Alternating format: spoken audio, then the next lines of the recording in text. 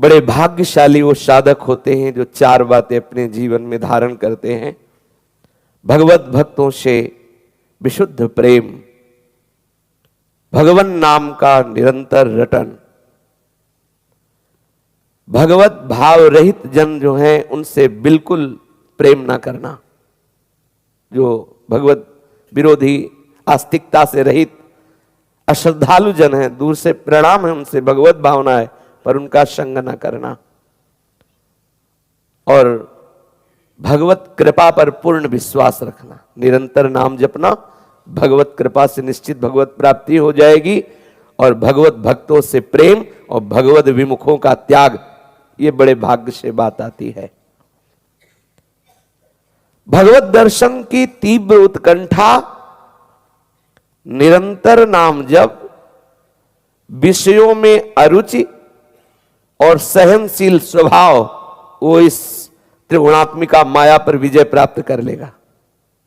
पुनः ध्यान दीजिए, जब आप भगवत भक्तों से प्रेम करेंगे, निरंतर नाम जप करेंगे, कुसंग का त्याग करेंगे और भगवान की विशुद्ध कृपा हमारे ऊपर है, ऐसा चिंतन करेंगे तो भगवत दर्शन की लालसा जागृत हो जाएगी।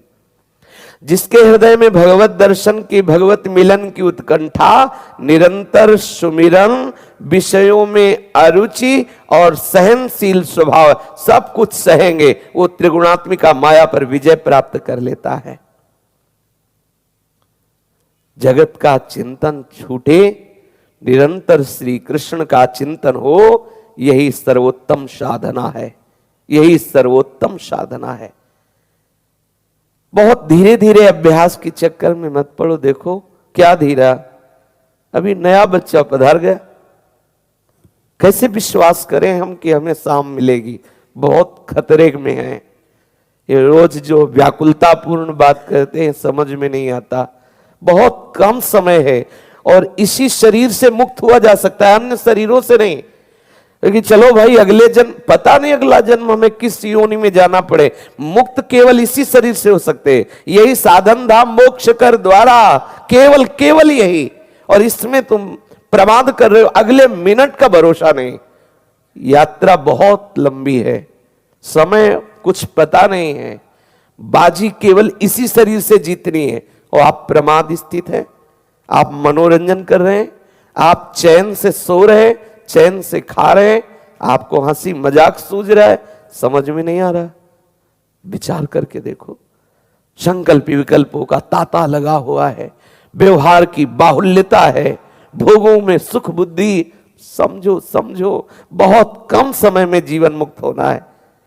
जितने संप्रदाय हैं, जितने मार्ग हैं, माया मुक्त होने के लिए है। माया मुक्त पुरुष ही भगवत प्रेमी होता है। कोई ऐसा नहीं इंद्रियों का विलासी, भोगों में रमण करने वाला कोई भगवत अनुरागी होता है। इस भूल में मत रहना, जीवन मुक्त महापुरुष ही अनुरागी होता है।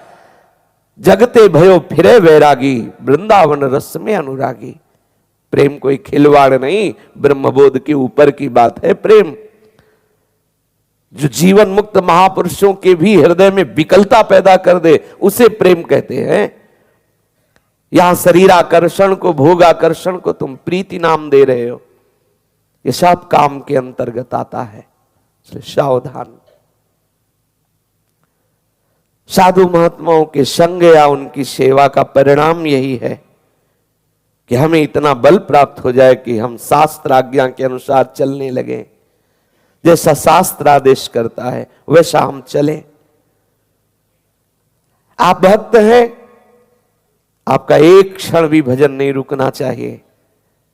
आप ज्ञानी हैं, एक क्षण भी संसार का चिंतन नहीं होना चाहिए। जो बचा वो स्वरूप है। ये चलो, जिस मार्ग के पथि को चलो, सावधानी पूर्वक चलो, भयभीत हो जाओ। मनोरंजन का समय ही नहीं है। कैसे तुम्हें बताएं, हृदय में हाय हाय मचता है, नई अवस्था है आप लोगों की। और भजन में इतनी शिथिलता, आपके चेहरे पे खिन्नता नजर नहीं आ रही, उदासीनता नजर नहीं आ रही,